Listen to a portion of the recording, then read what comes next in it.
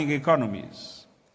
But developing countries still lack the finance and technologies needed to support their transitions. In Brazil, countries must agree on a credible plan to mobilize $1.6 trillion annually in climate finance by 2035 for developing countries. And developed countries must honor their commitments to double finance for adaptation to at least $40 billion this year. And the Loss and Damage Fund needs to be capitalized with significant contributions. Second, a people's plan requires a laser focus on job creation and employment. In every country, governments and the private sector must join forces to promote decent work, living wages, and pathways for workers to transition from the informal economy to jobs in the green, digital, and care economies. Investments in training, skills development, and lifelong learning are essential. As called for by the Global Digital Compact adopted last year, countries should focus on closing the digital divide, achieving universal digital connectivity, and ensuring all people can gain skills in digital technology and artificial intelligence. Creating and sustaining jobs also requires countries to diversify their economies and enhance local processing and innovation to add value and compete in global trade. Any job creation efforts must also ensure women have equal access to jobs while increasing support for care economies. Throughout, we need to strengthen labor protections so profits never come at the expense of workers' rights. Third, a people's plan requires financing. At June's Financing for Development Conference in Sevilla, leaders committed to unlocking more finance for developing countries. National governments must lead the way by mobilizing their own domestic resources. And we also need to triple the lending power of multilateral development banks that need to be bigger and bolder, and more able to leverage private finance for developing countries. We also need to ease debt burdens with new instruments to reduce borrowing costs and risks and speed up support for countries facing debt distress. The global financial architecture must be reformed so it better represents today's world and the needs of developing countries. Developing countries need and deserve stronger participation at the decision-making table across global financial institutions. And global economic governance must become more inclusive, representative, equitable, and effective. Your Majesties, Your Highnesses, Excellencies. Enfin, un plan. Finally, a plan designed for the people to bring them together. Too many people have been left behind, in particular women, minorities, migrants and refugees, elder persons, indigenous peoples, disabled persons and young people.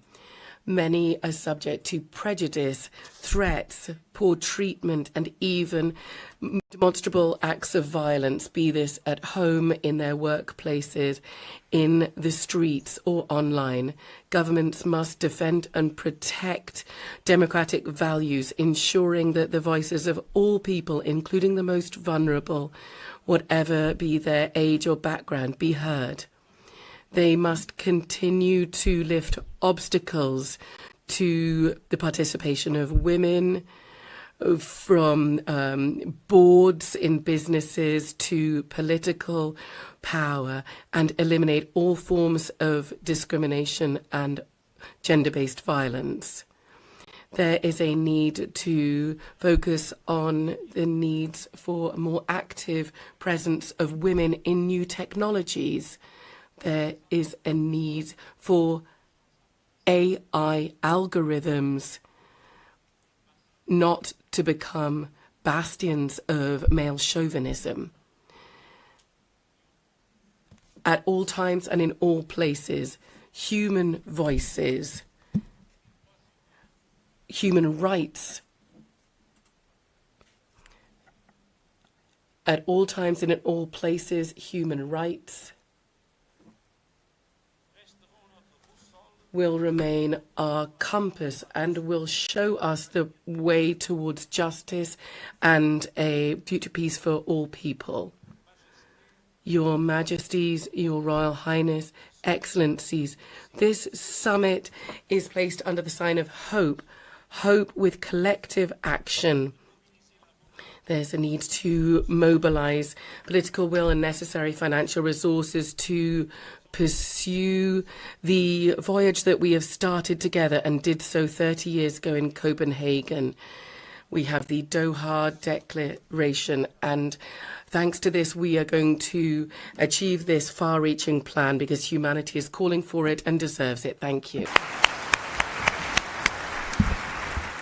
I thank the Secretary General. I invite His Highness Sheikh Tamim bin Hamad Al Thani, Emir of the State of Qatar, in his capacity as host country, to address the Assembly.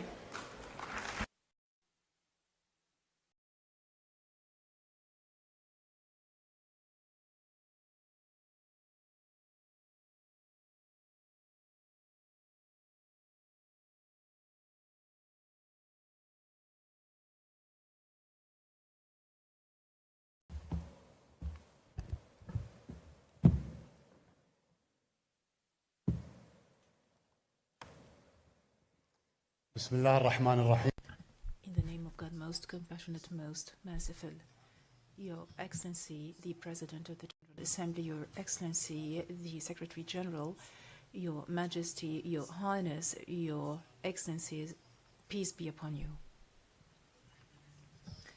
At the outset, I would like to welcome you all to Doha, wishing you a pleasant stay.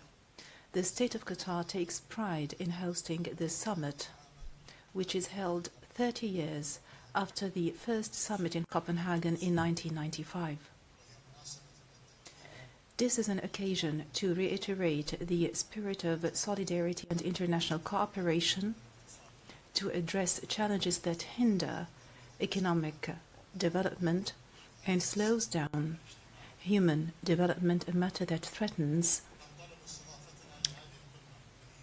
social security.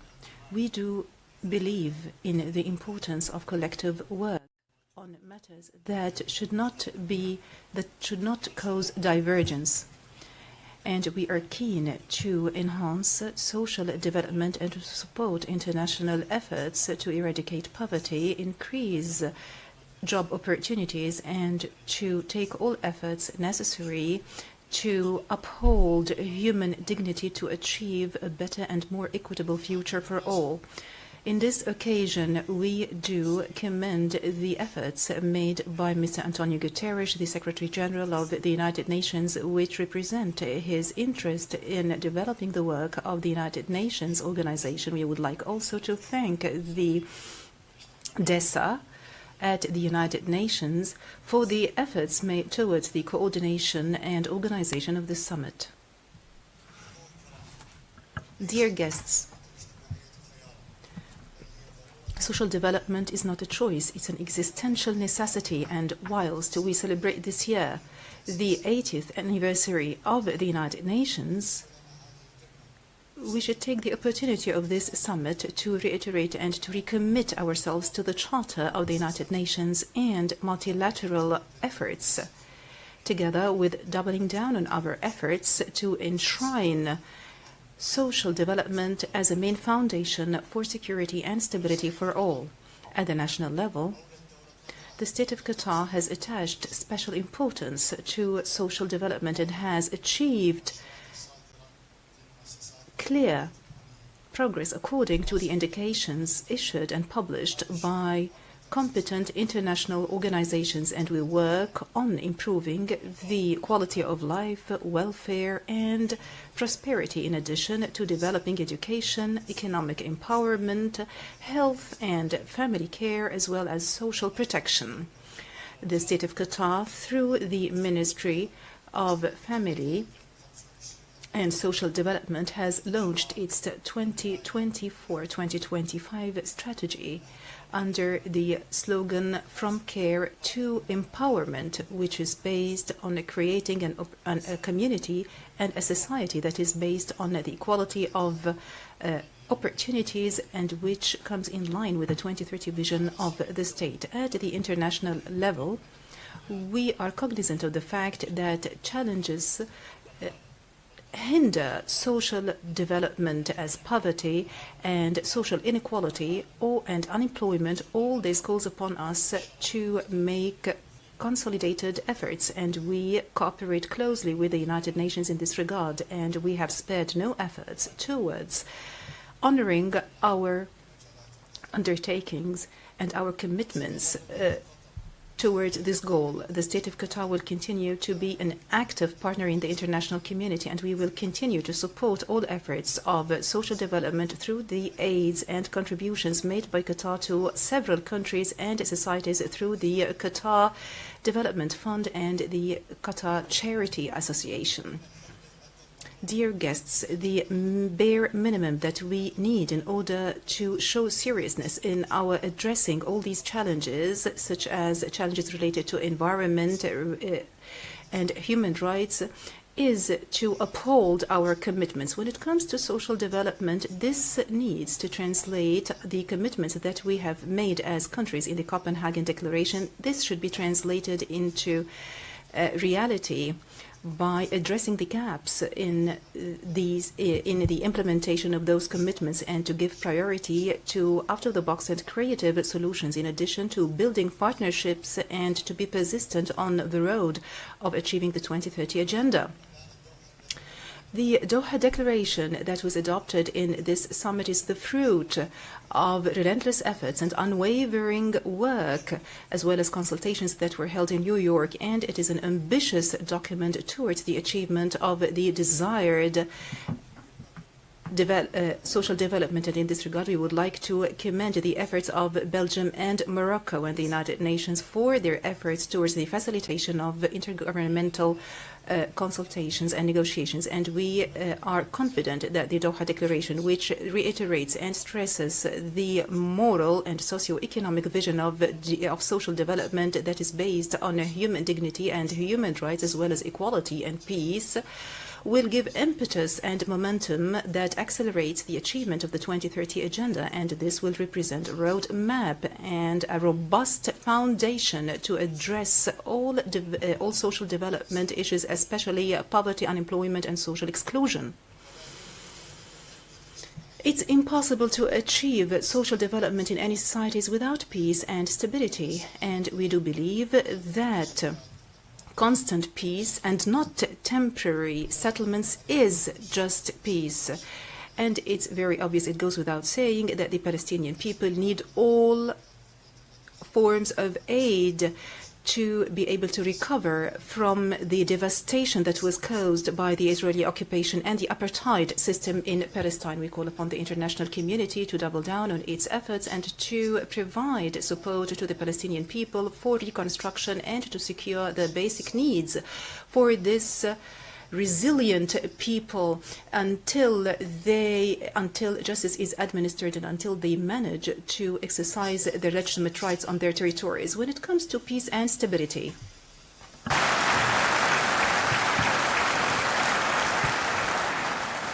when it comes to peace and stability, I would like to conclude by saying and by mentioning that we were shocked by the atrocities that were committed in Al-Fashir in the Sudan, where we, in need for another piece of evidence to recognize that any manipulation of stability in countries will eventually lead to such shocks and catastrophes and carnage. The Sudan has been going through this carnage and manslaughter for 2.5 years. It's high time we stopped this carnage. We need to achieve a political solution that achieves the territorial integrity and stability of the Sudan. Dear guests, our success will only be measured by our ability to represent and to translate our commitments to tangible procedures, which are translated into social development for all, especially in developing countries. And together we can transform this summit into an important juncture that gives rise to steps that would eventually contribute to transferring and translating our slogans of peace and prosperity into a lived reality. In conclusion, I would like to reiterate my welcoming of you to Doha, and I wish that this summit would lead to its desired goals. Thank you, and peace be upon you.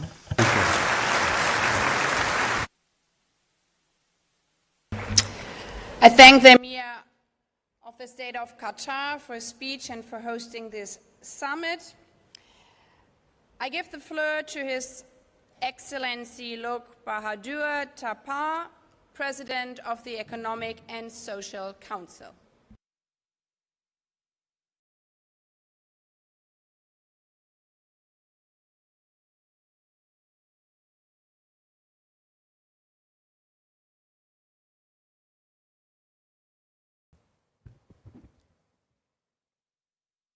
Madam President, Your Highness, Amir of the State of Qatar, heads of the state and government, honorable ministers, Mr. Secretary General, Excellencies, distinguished delegates, ladies and gentlemen. It is an honor and privilege for me to join in the opening of the Second World Summit for Social Development.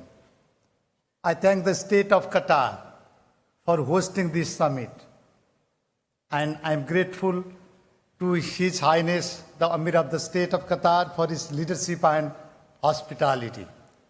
I also thank my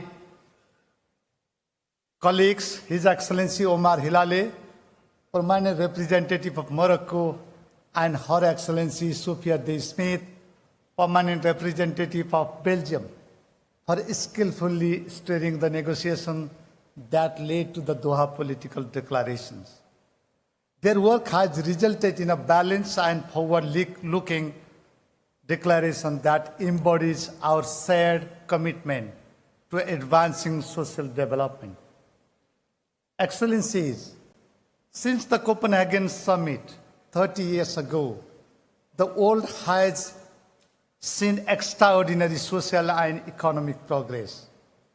People are healthier, they are more educated, and they are more connected than ever before. Yet, we are still far from reaching the SDGs. Only 35% of the SDG target are on the track, and governments are grappling with diminishing opportunities for meaningful employment, widening inequalities, and growing insecurities. On this, the Doha Declarations is a milestone.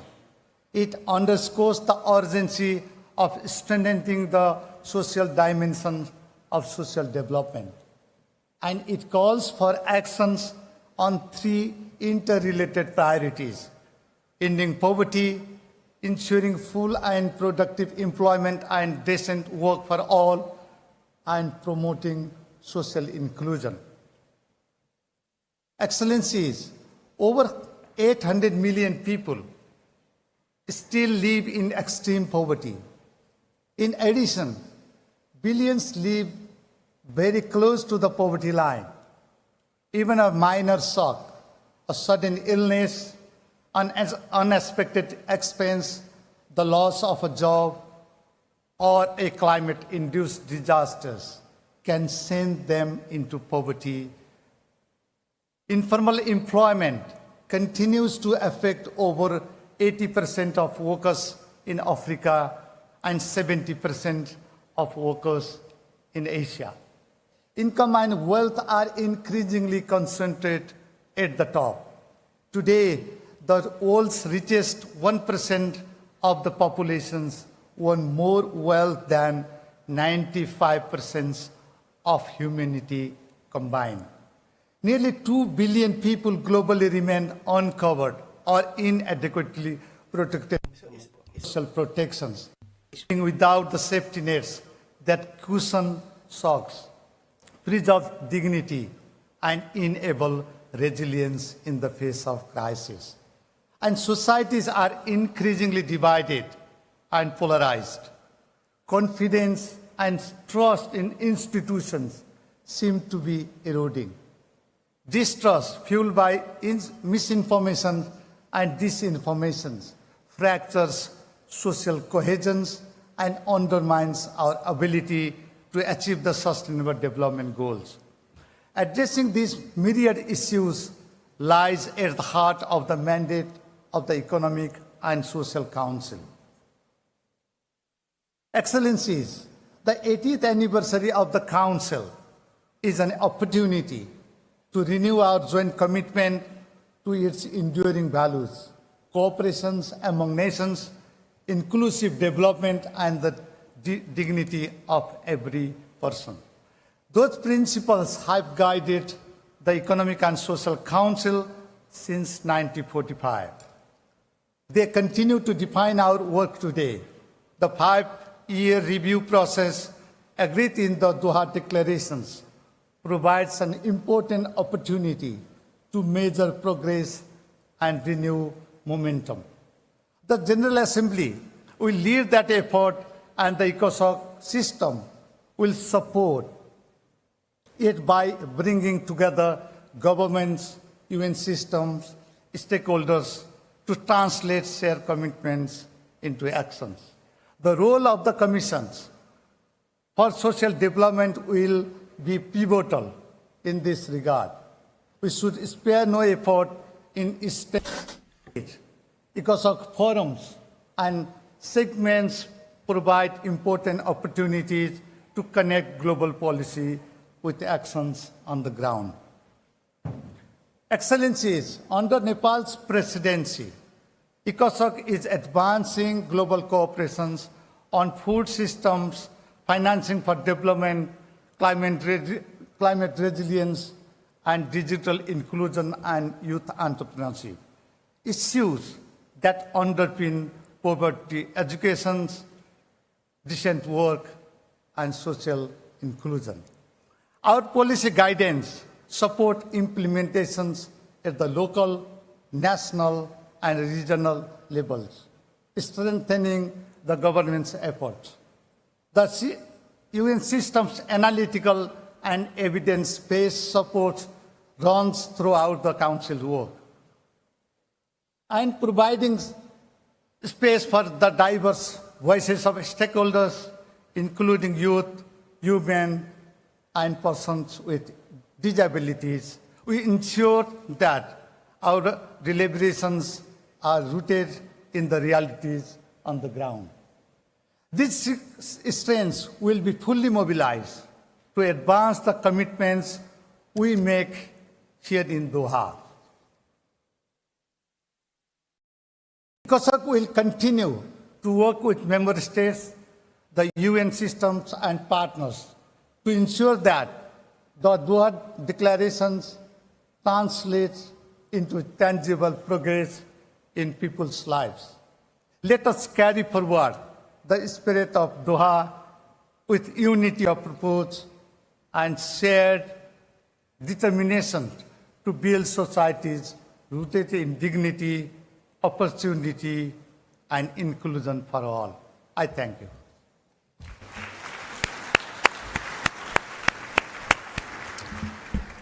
I thank the President of the Economic and Social Council. We've heard the last speaker in this opening segment. Before giving the floor to the first speaker on the list of speakers, delegations are reminded that statements are limited to 5 minutes. I would like to appeal to speakers to deliver their statements at a reasonable pace so that interpretation into the other official languages may be provided properly. As members are aware, pursuant to Resolution 78/318, in addition to the plenary meetings, the summit will have 2 high-level roundtables. The first roundtable will start this afternoon at 3 p.m.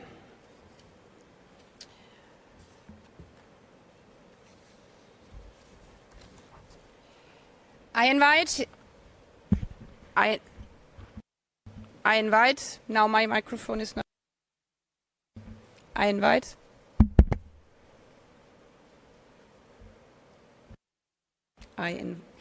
I invite His Excellency Abdul Latif Jamal Rashid, President of the Republic of Iraq, on behalf of the Group of 77 and China, to address the Assembly.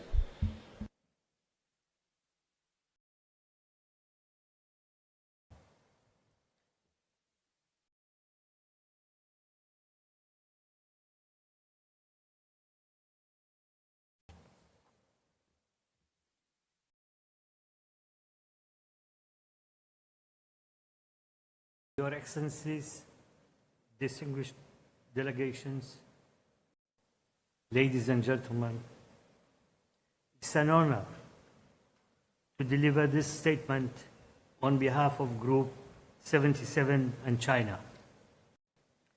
First and foremost, the group takes this opportunity to thank the co-chairs of the intergovernmental process and the permanent representatives of the Kingdom of Morocco and Belgium for their leadership, tireless efforts, and thoughtful guidance throughout this process.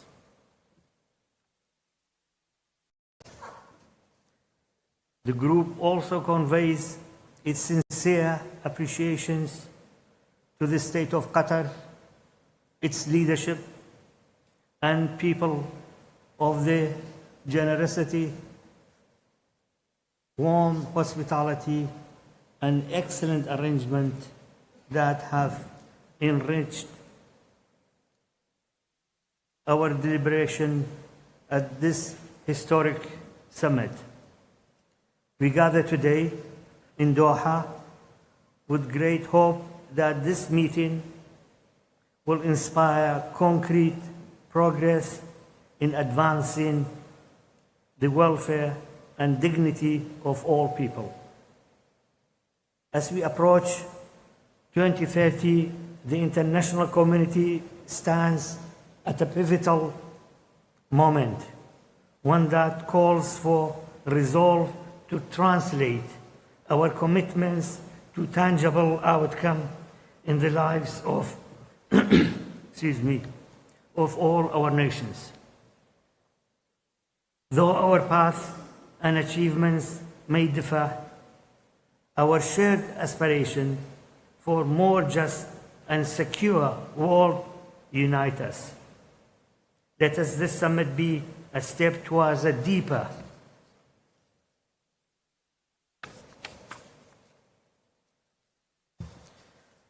cooperation and solidarity among nations in pursuit of that common vision. Against this background, this background, the group wishes to emphasize the following points. First, we must redouble our collective efforts and place equal emphasis on the three pillars of social development to achieve the commitment made 30 years ago. Addressing the existing gaps and inadequate means of implementation remains a pressing challenge. The principle of common but differentiated responsibilities must remain central, as the international cooperation and solidarity are indispensable and to addressing these challenges. Second, the group underscores the urgent need to confront persistent social development challenges by reducing uncertainty, inequality, and insecurity, while upholding human dignity, human rights, and fundamental freedom for all. Third, the group welcomes the measures undertaken by member states to promote equal opportunity, inclusion, and social justice, and reaffirm its full commitment to ensuring that all individuals are empowered to participate fully in social, economic, and political life. Fourth, the group welcomes the inclusion of racism as a cross-cutting issue in the outcome text, highlighting the need to stop up our efforts to fight against all forms of racism, racial discrimination, xenophobia, and related intolerances.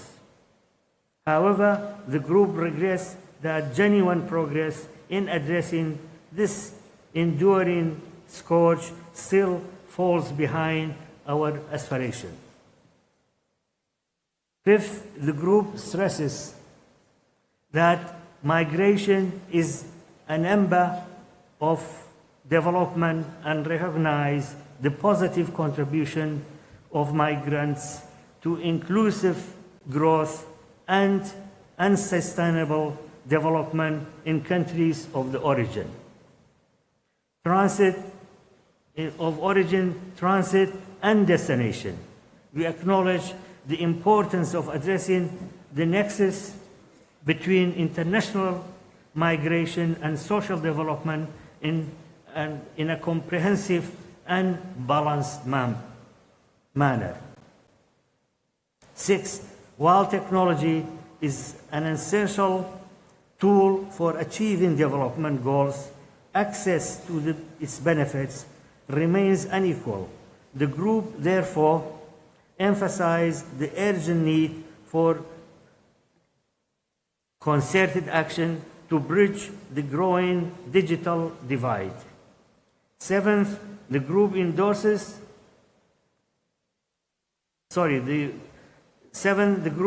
underscores that social development cannot advance while many developing countries continue to face UCM, unilateral coercive measures, while directly and negatively affect the well-being of their people. The group reaffirms that measures impede in economic and social progress and calls for the complete elimination. In conclusion, the Group 77 and China reaffirms our shared commitment to balancing people at the center of development. Let Doha mark a renewed resolve to act with unity, compassion, and determination so that the promises we make today become a living reality for all. Let us leave no one behind. I thank you for listening to these comments.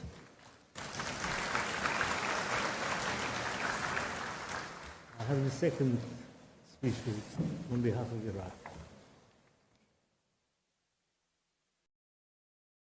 Bismillah ar-Rahman ar-Rahim.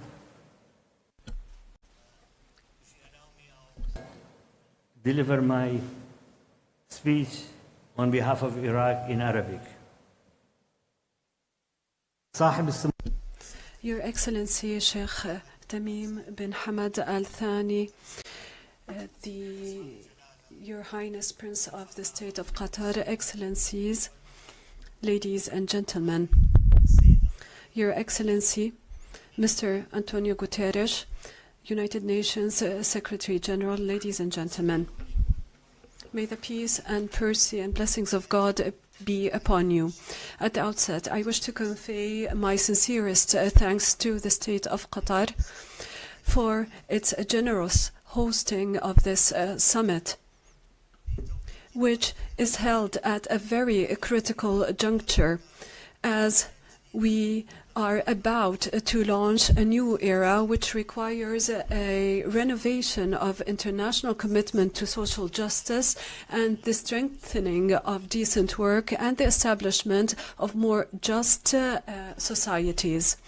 Equally, I wish to address my thanks to the United Nations and its specialized agencies for its unstinting support for member states in their implementation of the 2030 Sustainable Development Agenda and for its active partnership alongside Iraq on our developmental path. Equally, we thank all participating states for efforts made in preparing the Doha Declaration, which represents a quantum leap towards strengthening comprehensive, inclusive and sustainable social development at the global level. Ladies and gentlemen, our meeting today under the second summit is held over 30 years since the Copenhagen summit in 1995.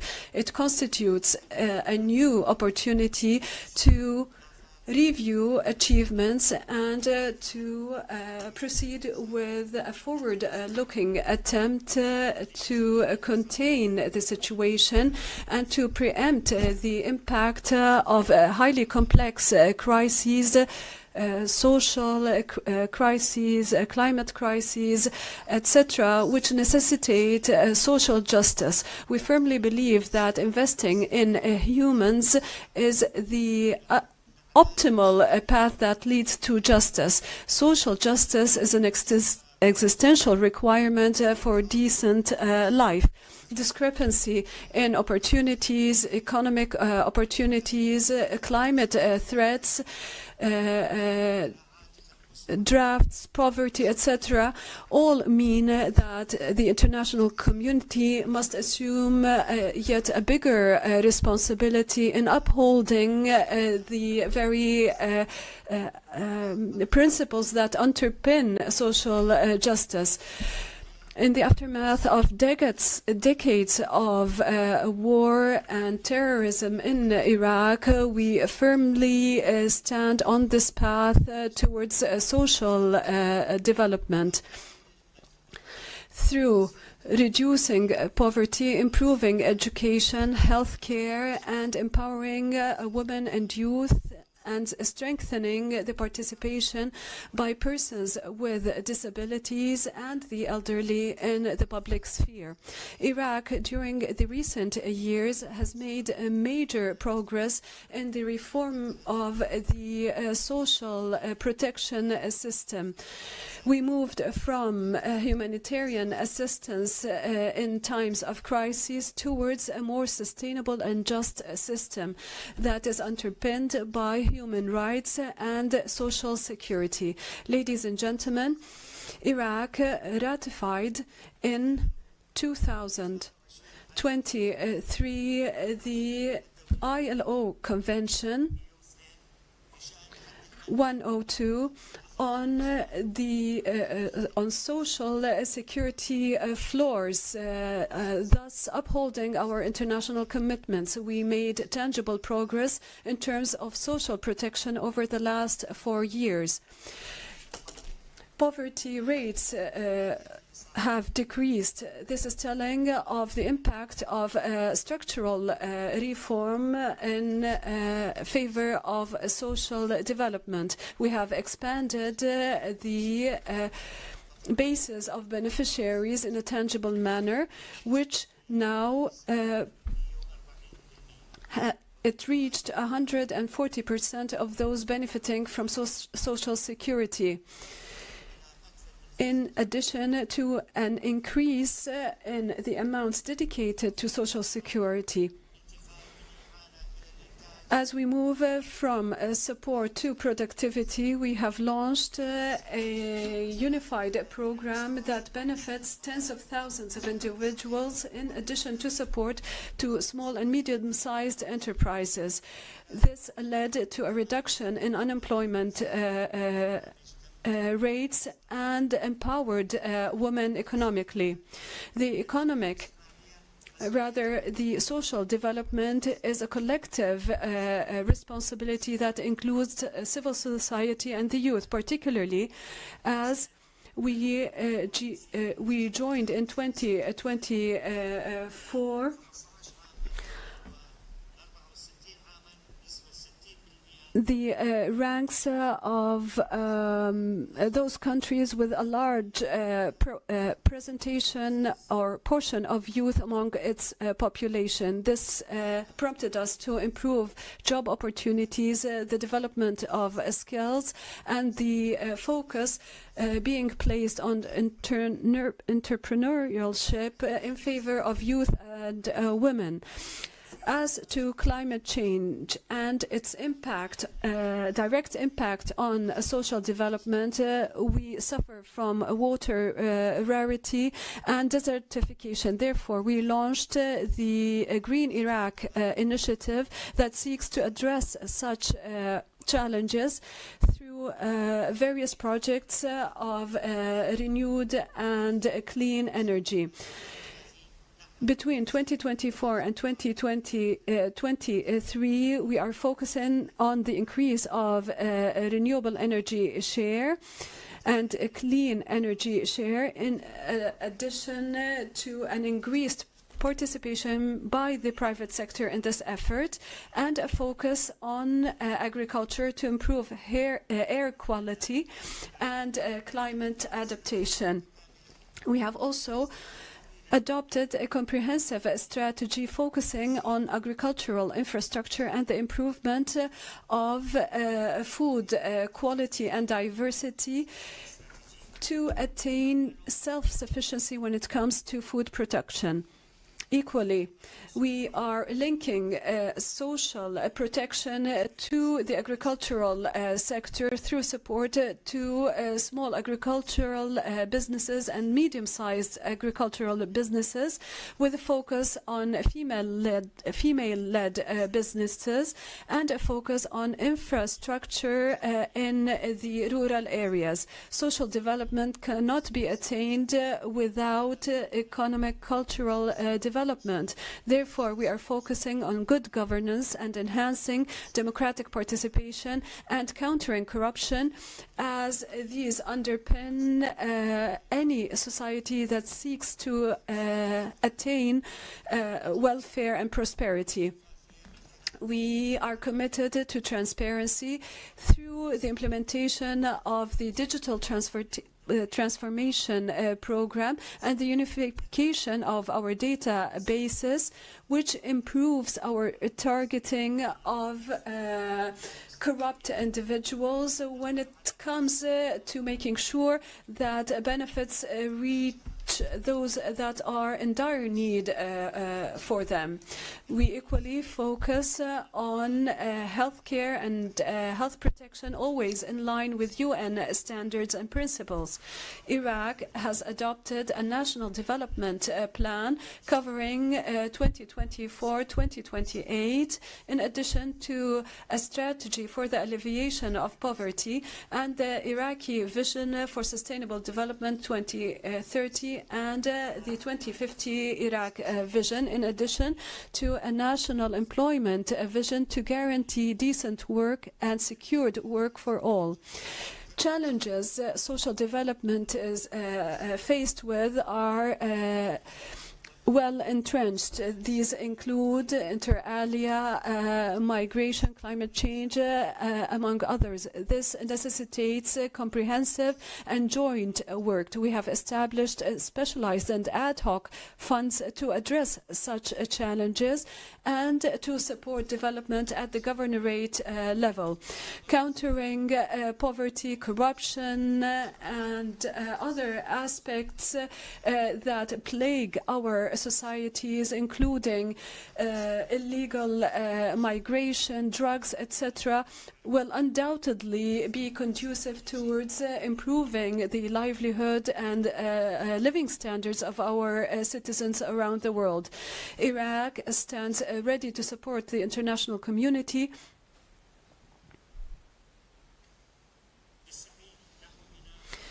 in establishing a more just and equal world where human dignity and rights are always upheld.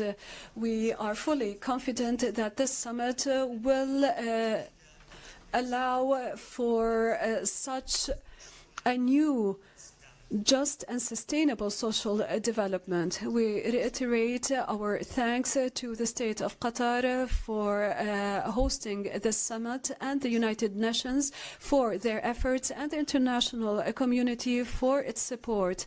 And we look forward to fruitful outcomes of the current summit. Thank you very much. I thank the President of the Republic of Iraq. May I remind delegation again that statements are limited to 5 minutes. There's a timer. I invite His Excellency William Samoei Ruto, President of the Republic of Kenya and Commander-in-Chief of the Defense Forces on behalf of the African Group, to address the Assembly.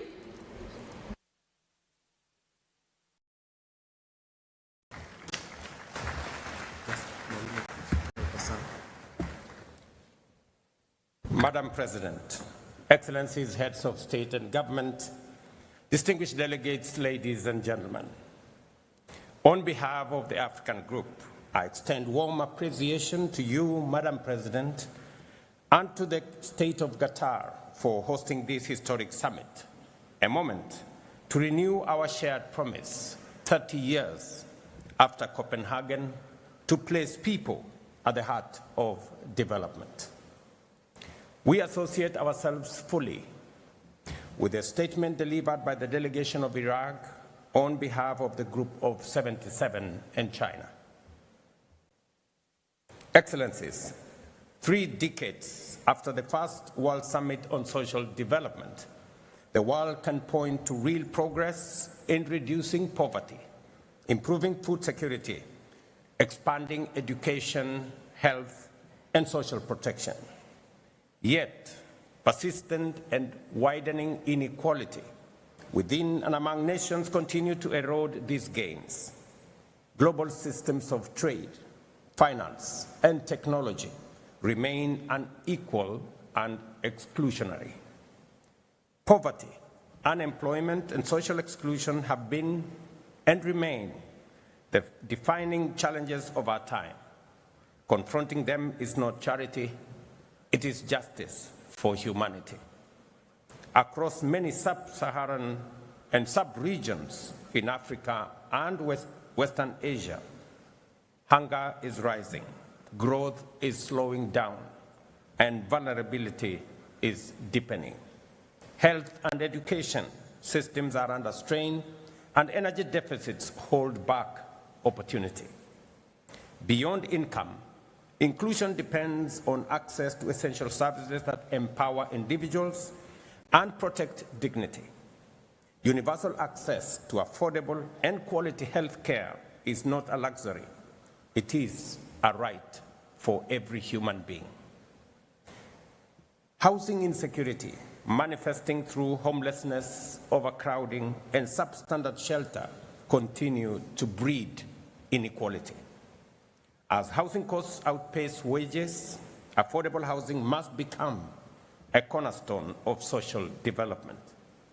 Informal and precarious employment remains yet another of the gravest obstacles to stability and growth, particularly in low and middle income countries where millions live close to the poverty line.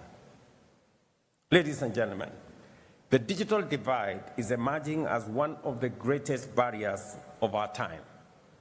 Access to affordable connectivity, access to devices, and digital skills must become universal. Education must include every learner, empower every teacher, and reach every community, including persons with disability. As Africa, we believe that transforming informal sectors, enhancing productive capacity, and expanding access to global markets requires stronger international cooperation in line with the Addis Ababa Action Agenda and the right to development. We therefore call for comprehensive reform of the international financial architecture to make it fair, transparent, and responsive to the needs of developing nations and its people. We urge decisive action on debt distress and progress towards United Nations Framework Convention on International Tax Cooperation. We also underscore our call for a UN Convention in sovereign debt. Distinguished colleagues, the Copenhagen Declaration gave us a timeless framework built on 3 pillars: the eradication of poverty, decent work for all, and social integration. Grounded in equity, solidarity, and human dignity, these pillars remain our compass. We therefore welcome the Doha Declaration on Social Development, a renewed global pledge to translate principle into action and to build cohesive and resilient societies for generations ahead. We commend the co-facilitators, the permanent representative of Morocco and Belgium, for their leadership in guiding this important progress. This summit, distinguished colleagues, must rekindle genuine dialogue, restore trust, and reaffirm multilateralism as the anchor of collective progress. We must amplify the voices of those living in poverty and vulnerability and ensure that developing countries, most of them in Africa, are fairly represented across all multilateral institutions. Accordingly, the African Group reiterates its demand for 2 permanent and 2 non-permanent seats for Africa on the UN Security Council with full rights and privileges. True social development cannot thrive without historical justice and equal representation. The African Union has declared 2025 the year of justice for Africans and the people of African descent through reparations. This is a defining step towards justice and healing for Africa and its diaspora, calling for accountability for the crimes of slavery, colonialization, apartheid, and exploitation that caused lasting human and environmental harm. We also reiterate the importance of the high-level General Assembly meeting in September 2026 to mark the 25th anniversary of the Durban Declaration and Program of Action and invite all partners to support its successful implementation within the second decade for people of African descent. Together, let us envision a future that is inclusive, resilient, and just. A world free of hunger, poverty, disease, racism, and inequality. A world where prosperity is shared, the digital divide is bridged, and trust in multilateralism is renewed. I thank you. Allow me, Madam President, having just addressed this assembly on behalf of the African Group, I now have the honor, with your kind indulgence, to deliver Kenya's national statement. In the years since Copenhagen, the world has made tremendous advances in science, technology, and innovation, transforming lives and transforming economies. Yet amid this progress, poverty, inequality, unemployment, and social exclusion persist, and in far too many places, they have deepened. In Kenya, through our bottom-up economic transformation agenda, we have charted a deliberate roadmap to confront these challenges head-on, and I am proud to share a few of its key highlights. We recognize that education is the most powerful equalizer in society. That is why Kenya has fully transitioned to the competence-based education and training system that emphasizes practical skills, innovation, and lifelong learning. Equally, to make higher education equitable, we introduced a student-centered funding model that guarantees access to quality education for every learner, regardless of their social or economic background. In 3 years, we have hired 76,000 new teachers, a number that will reach 100,000 by January 2026, improving the teacher-to-learner ratio from 1 to 45 to 1 to 29, putting us on course to meet UNESCO's 1 to 25 benchmark by 2027. We have also rapidly expanded technical and vocational training institutions across the country, ensuring that learners gain market-ready skills aligned with the needs of industry and entrepreneurship. Beyond education, we're empowering citizens economically through initiatives like the Financial Inclusion Fund, popularly known as the Hustler Fund. To date, the fund has disbursed Kenya shillings 80 billion, an equivalent of US dollars 615 million, to 26 million Kenyans. It now accounts for more than 9.5 million repeat borrowers, including 5 million individuals who have successfully restored their creditworthiness through consistent repayment, enabling them not only to re-enter the formal credit market, but also access higher borrowing limits and better financial terms. At the same time, together with partners, we are launching programs such as the National Youth Opportunity Towards Advancement Project. Over the next 5 years, it will reach 1 million young Kenyans, training them in skills that are on demand, financing startups, and enabling access to government procurement opportunities. We are equally committed to protecting the most vulnerable members of our society, including the elderly, orphans, widows, and persons living with disability. Through our National Safety Net program, commonly known as Inua Jamii, what began as a modest monthly support to 500 households has now expanded to reach more than 1.7 million families across the country. Madam President, Excellencies, through the Affordable Housing Program, we are delivering much-needed shelter while at the same time creating jobs and fostering inclusion. Today, over 230,000 housing units are under construction nationwide, employing more than 340,000 Kenyans and expanding opportunities for local artisans and small businesses. We are also expanding pathways for labor mobility through bilateral agreements with partner countries, like here in this great country of Qatar, where over 70,000 Kenyan nationals are proudly working and earning a decent living and contributing to inclusion back at home. In just 3 years, over 400,000 Kenyans have secured jobs abroad, sending home remittances that support families and strengthen our economy. In the digital economy, nearly 2 million Kenyans have been trained in digital literacy, and over 300,000 young people have accessed digital jobs in e-commerce, business process outsourcing, and innovation hubs. Through reforms in health, ladies and gentlemen, the number of Kenyans with medical insurance has grown from 8 million in 2023 to 27.2 million today, ensuring that no one is denied health due to inability to pay. In summary, Excellencies, Kenya's experience affirms that people-centered policies deliver transformative results. Yet, in an interconnected world, national action alone cannot overcome global inequalities.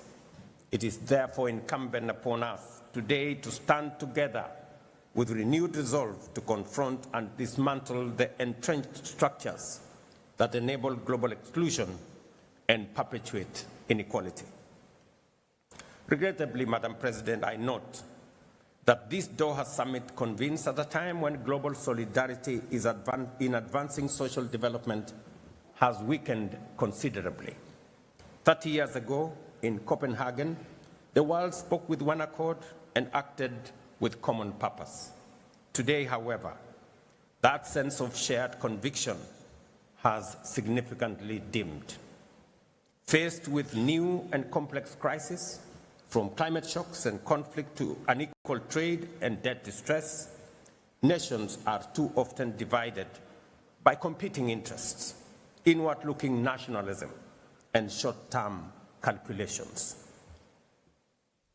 We witnessed it in the inequitable distribution of COVID-19 vaccines, in the unmet pledges in the climate finance, and in global systems that privilege power over partnerships. The consensus that once bound us together in Copenhagen is fraying. The world risks retreating into isolation at a time when cooperation should be a priority. Excellencies, as the UN at 80 initiative reforms process unfolds, the time will soon come for all of us to make critical choices about the mandates and structures of the United Nations.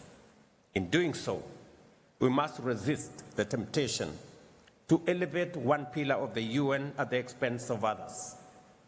The United Nations was founded on a holistic vision of delivering global peace and security, human rights, and development. These are the three inseparable, indispensable pillars that together sustain global stability and human dignity. I have no doubt in my mind that while the UN must remain the foremost guardian of global peace, it must also be a catalyst for prosperity and a champion of human dignity everywhere and anywhere.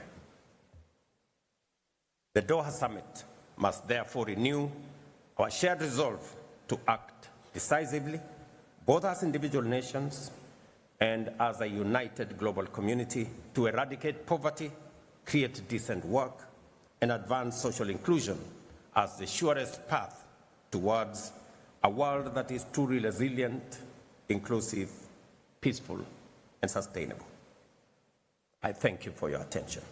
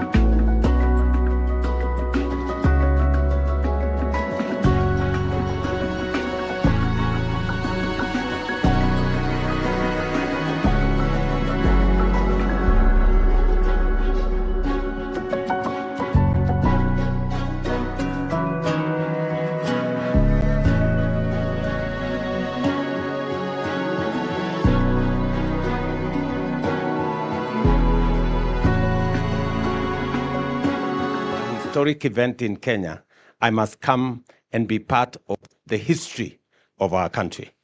And to you who are going to be part and parcel of this project, I want to tell you that we are making strides as a country. We have discussed green fertilizer for many years. Many people did not imagine that green fertilizer is going to be a reality in our lifetime. Today, we are groundbreaking an $800 million facility that is going to generate 165 megawatts of energy. It is going to produce 480 metric tons of fertilizer. That is phenomenal, that is historic, that is big. And therefore, to all of you, the engineers who will be participating here, the professionals who will be participating here, the investors, our friends who have demonstrated confidence in our country.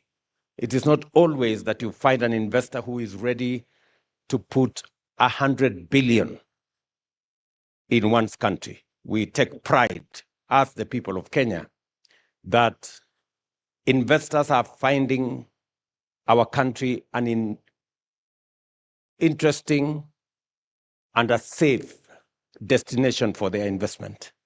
And therefore, I want to thank Keshan and all their partners. I see the contractors there, RB, I don't know who these guys are. They must be good people.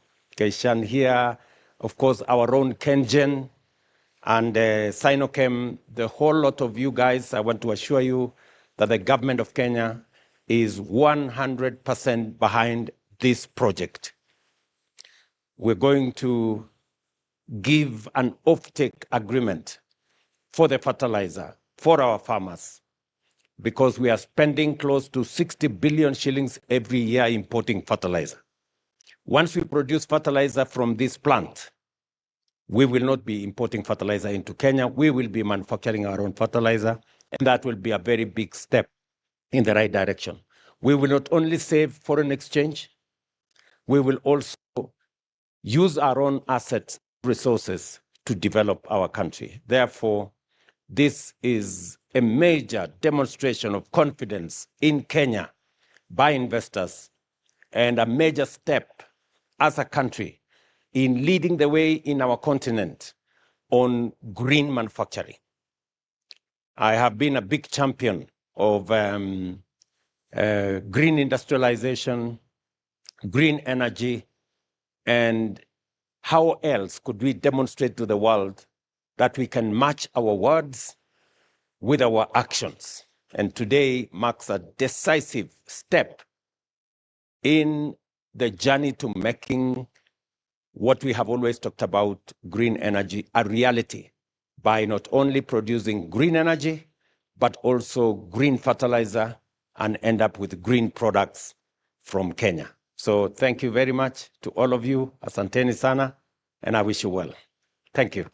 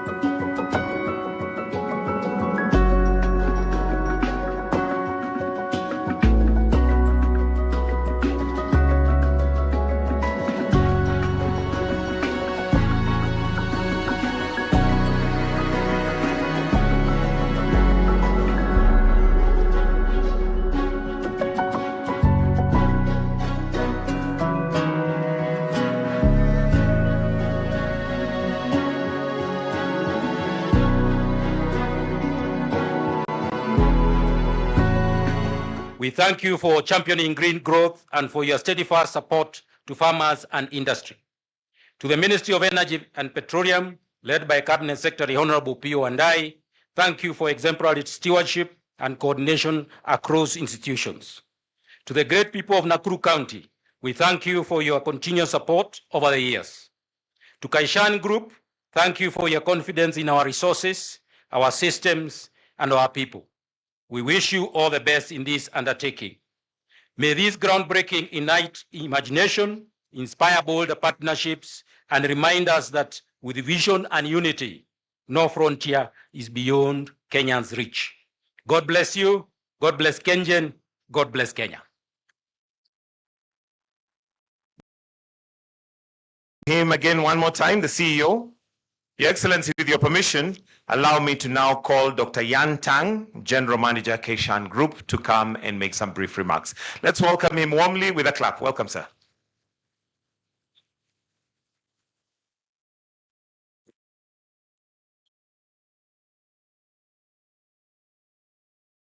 Your Excellency, Dr. William Ruto, President of Republic of Kenya, Minister of Energy, distinguished officials and leaders from Ministry of Energy and Kenyan, our partners, colleagues, and friends, good morning.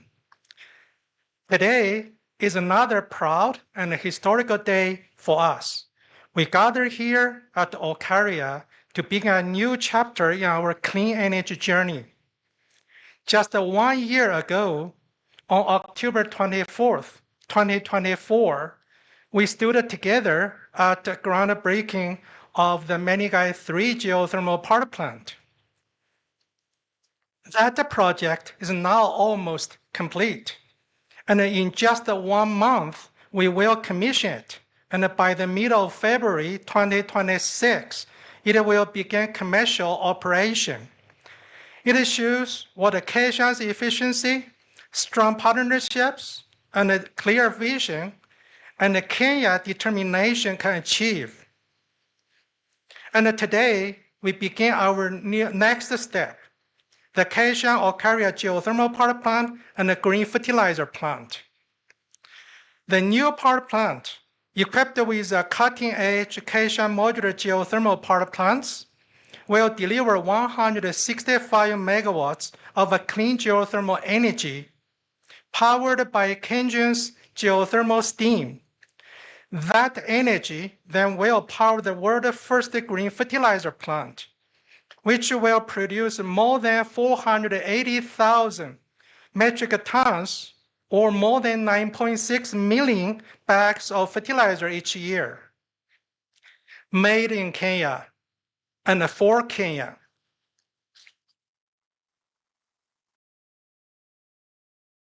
This will support our farmers avoid over-reliance on external fertilizer supplies, ensure reliability of fertilizer supply, and strengthen food security. But this project is more than just energy and fertilizer. It is a model of the true sustainability. We will recapture the non-condensable gases in the geothermal steam to produce carbon dioxide, which will feed into the fertilizer plant. This means zero emissions from the geothermal power plant, no waste, no pollution, a closed system where everything has a purpose. It will be the most sustainable and the most environment-friendly geothermal power plant in the world. As per our project plan, we will produce Kenya's first bag of green fertilizer within 24 months from the notice to proceed. We know it's not easy to achieve this target. We need your excellency and your team's full support.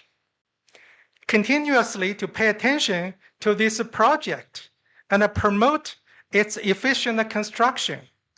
Together, we can overcome all kinds of potential challenges, both foreseeable and unforeseen. Together, we can accomplish this great project Together, we can create a new landmark of the green industrialization in Africa.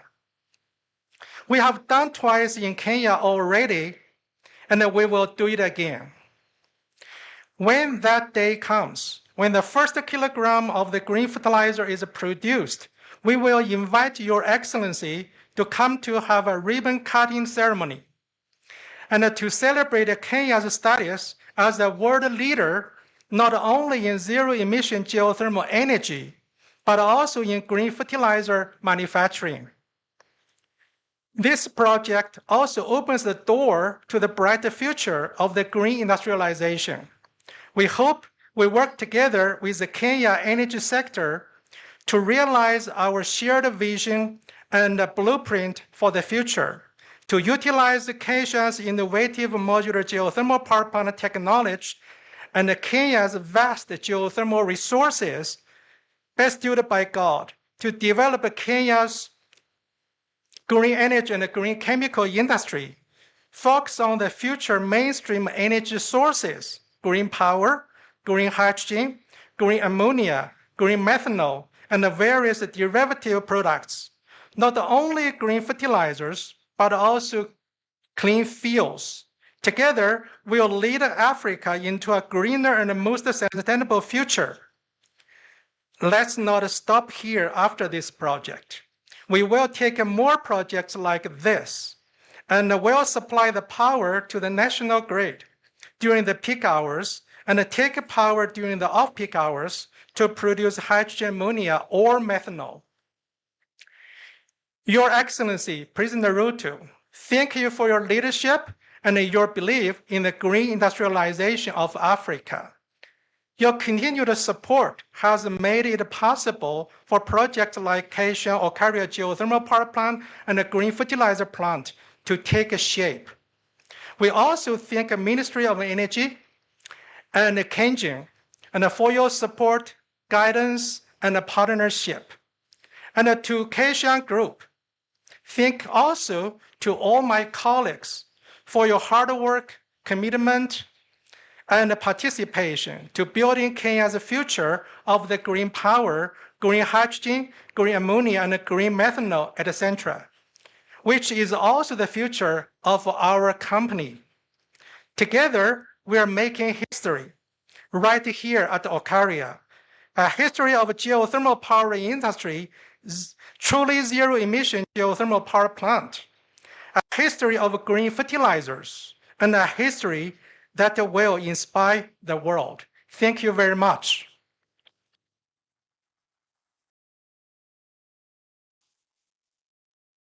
Next, allow me to invite our host, since we're in Nakuru County, the Deputy Governor, His Excellency David Kones, representing the Governor Nakuru County.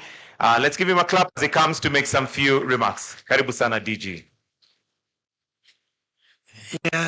Your Excellency, the President of the Republic of Kenya, Dr. William Samoei Ruto, our CS and the PS, and allow me to see all protocols observed. I want to welcome you, Your Excellency, on behalf of Our Excellency Susan Higa, Governor Nakuru County, who asked me to be here today to welcome you. Welcome to Nakuru County, Your Excellency, for this very important occasion. Now, Your Excellency, as the county government of Nakuru, we welcome the project. I assure you, Your Excellency, that we really welcome the project very much, and we pledge maximum support. We are going to give them maximum support in the areas they require within the county government. Now, it is because, Your Excellency, this project will change the economy of the region in terms of jobs, affordable fertilizer for our farmers, given Nakuru is a food basket and will boost the food security in our county. So, Your Excellency, we also welcome more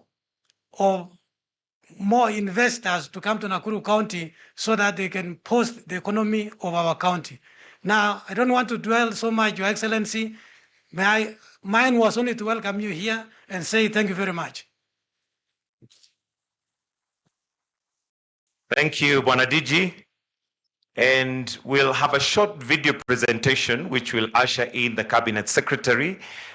Before he comes in, let's have the short presentation that gives an overview of what to expect. The video, please.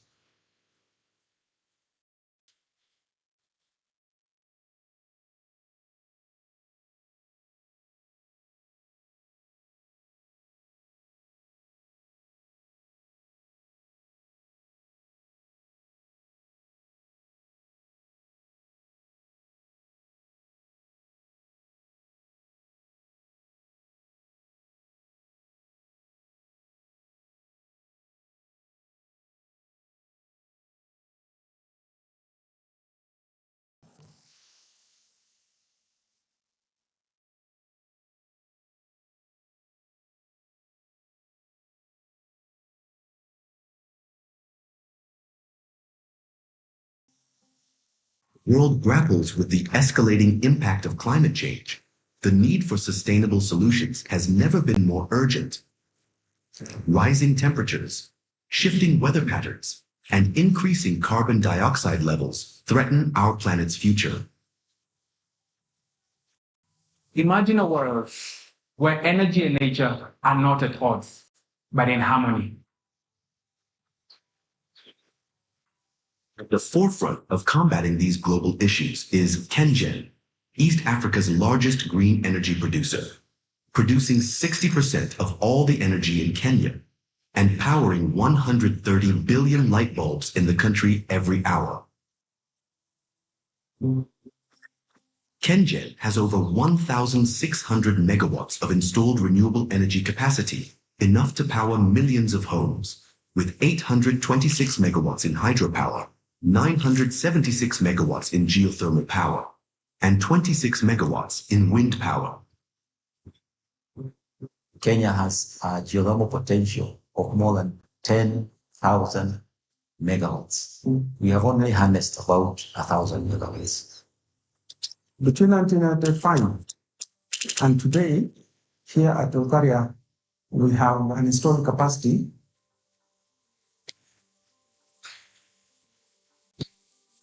It took 23 years to actually hack how geothermal wells and geothermal systems are, where we got